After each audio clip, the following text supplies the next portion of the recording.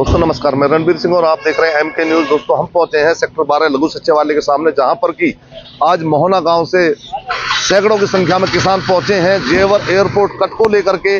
वो यहां पर आज डीसी साहब को ज्ञापन देंगे और कल भी वहां मोहना में राकेश टिकैत जी और पूनम पंडित और तमाम जो किसान नेता पहुंचे थे और बात करेंगे। देख सकते हैं मेरे पीछे तमाम ये किसान नेता खड़े हुए हैं और बात करेंगे इनसे। बने रहे आप हमारे साथ। सतबीर सिंह अत्री मेरा नाम है जी। मोहना के रहने वाले हैं हम लोग। तो आज यहाँ पे मोहना, हीरापुर, अटेरना, दलाका, कोलेना की पूरी सरदारी आई है और 52 पालों के पंच जो हैं वो भी पहुंच रहे हैं। सारे लोग हम यहाँ पे हैं।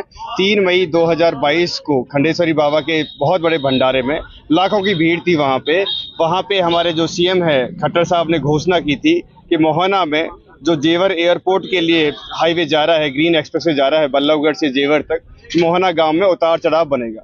3 मई 2022 से हमारे गांव और आसपास के सारे गांव कितने बार यहाँ पे सांसद जी से मुलाकात की है, खट्टर जी से मिले हैं, नैनपाल रावत जी से मिले हैं।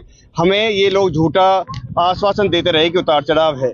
जब हम लोगों ने डीपीआर देखी, जो डिटेल प्रोजेक्ट रिपोर्ट होती है वो देखी, तो वहाँ पे उतार चढ़ाव नहीं था। फिर उसके बाद हम दोबारा आपको झूठा आश्वासन दिया गया 2 साल तक। और हम लोग पूरे ढोल नगाड़ों के साथ, 2.5 मन लड्डुओं के साथ अपने सांसद जी का जो है धन्यवाद करके आए थे कि हमारे यहाँ पे उतार चढ़ाव है। पूरी सरदारी जो यहाँ पे है वो ही पूरी सारी सरदारी वहाँ पे गई थी, लेकिन उन्होंने हमें 2 साल तक बहुत झूठ बोला, वादा खिलाफी की।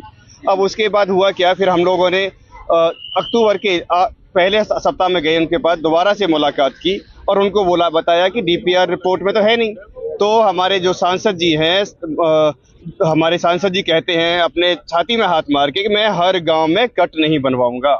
अब ये इतना बड़ा धोखा है कि उन्होंने कहीं पे, जो सुनने में आया है, धरने पे दिन रात बातें होती हैं कि जेवर के पास जो फरेदा गांव है वहां पे बहुत बड़ी जमीन का सौदा किया है।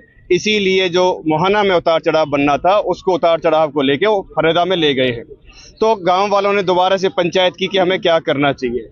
फिर हमारे निश्चय हुआ 15 अक्टूबर से हम सारे लोग अनिश्चितकाल धरने पे बैठ गए हैं। अब हमारे धरने को 114 दिन हो गए हैं। कल हमारी बहुत बड़ी पंचायत थी जिसमें पूरे 52 पालों के पंच और 52 पालों के जो पंच हमारे अरुण जेलदार जी हैं वो भी पहुंचे थे। हर पाल का एक रिप्रेजेंटेटिव पहुंचा था और सारी जो हमारे यहाँ पे नेता हैं, हर नेता हमारे यहाँ पे पहुंचा था और उन्होंने कहा था कि जो घोषणा कर रखी है वो सीएम साहब को पूरी करनी चाहिए। तो आज जो आप यहाँ सेक्टर 12 लघु सचिवालय पहुंचे, यहाँ पहुंचने का उद्देश्य क्या है? कल की जो पंचायत हुई थी, हमारे पंचों ने कुछ निर्णय लिया था। हालांकि कहने की तो बात यह है कि हम लोग इन डीसी साहब को भी, सांसद जी को भी, नैनपाल रावत जी को भी, जितने भी बीजेपी के नेता हैं वो और जो विपक्ष वाले नेता भी हैं उनके पास दर भटक रहे हैं जी। 15 अक्टूबर के बाद लगातार हर नेता को हमने ये ज्ञापन दिया है, लेकिन फिर भी हमारी सरदारी, क्योंकि हमारी सरदारी चाहती है कि सारा जो काम है वो प्यार से हो जाए, ठीक है, हमें कोई कठिन जो काम है वो ना करना पड़े। तो सरदारी ने कहा कि एक मौका और देते हैं। तो आज हम लोग यहाँ पे जो डीसी साहब हैं उनको ज्ञापन देंगे और उन्हीं के माध्यम से मनोहर लाल खट्टर जी को दोबारा से जो ज्ञापन दिया जाएगा और वो ज्ञापन पूरी जो 52 पालों के जो पंच हैं उनकी तरफ से, और हर पाल के पंच जो हैं उनका वहाँ पे सिग्नेचर होगा और हमारे जो यहाँ पे सरदार आए हुए हैं उन्होंने साइन कर दिया है। तो बहुत जो 70 गाँव से ज़्यादा गाँव जो इसको सपोर्ट कर रहे हैं धरने को, उन सब की तरफ से एक बार फिर ज्ञापन जाएगा डीसी साहब के पास और सीएम साहब के पास। उसके बाद हम मुलाकात करेंगे, उसके बाद फिर एक ज्ञापन देंगे हम लोग नैनपाल रावत जी को और सांसद जी को। उसके बाद अगर 10 दिन के अंदर हमारी ये जो मांगे हैं, ये मांग पूरी नहीं की तो एक बहुत बड़ा कदम उठाएंगे और उसके लिए सरकार जिम्मेवार होगी। जी, क्या लगता है पिछले 114 दिन से लगातार आप वहाँ मोहना में धरने पर बैठे हुए थे, अभी तक सरकार ने नहीं सुनी, तो क्या लगता है ज्ञापन देने से सरकार सुनेगी? सरकार बिल्कुल सुनेगी। अभी हम लोग 15-20 दिन पहले 14 तारीख को जब मकर संक्रांति का त्योहार था तो गोपालगढ़ गए थे। हमारी सरदारी ने भेजा था कि भाई जाओ गोपालगढ़ जाओ और अब जो हमारे सांसद जी हैं उनसे फिर से मुलाकात करके आओ। हमारी मुलाकात हुई थी वहाँ पे और हमारे पाल के जो पंच हैं श्री जयनारायण जी ने बड़े उत्साह के साथ हमारी बात रखी थी कि भाई मोहना में के लोग जो हैं इतने दिन से बैठे हैं, इनकी बात पूरी करनी चाहिए। लेकिन जो हमारे सांसद जी हैं उन्होंने 45 मिनट तक मोदी ने क्या काम किया वो तो गिनाते रहे, लेकिन अपना एक काम नहीं गिनाया। उसके बाद वो बैठने लगे, हमारी बात का जवाब नहीं दिया। जब दोबारा हमने पूछा कि ये बताओ कि भाई मोहना में जो लोग बैठे हैं क्यों बैठे हैं, कब इनका कट बनेगा, तो उन्होंने कहा कि नहीं जी मैं लगा हुआ हूँ, उतार चढ़ाव जरूर बनेगा।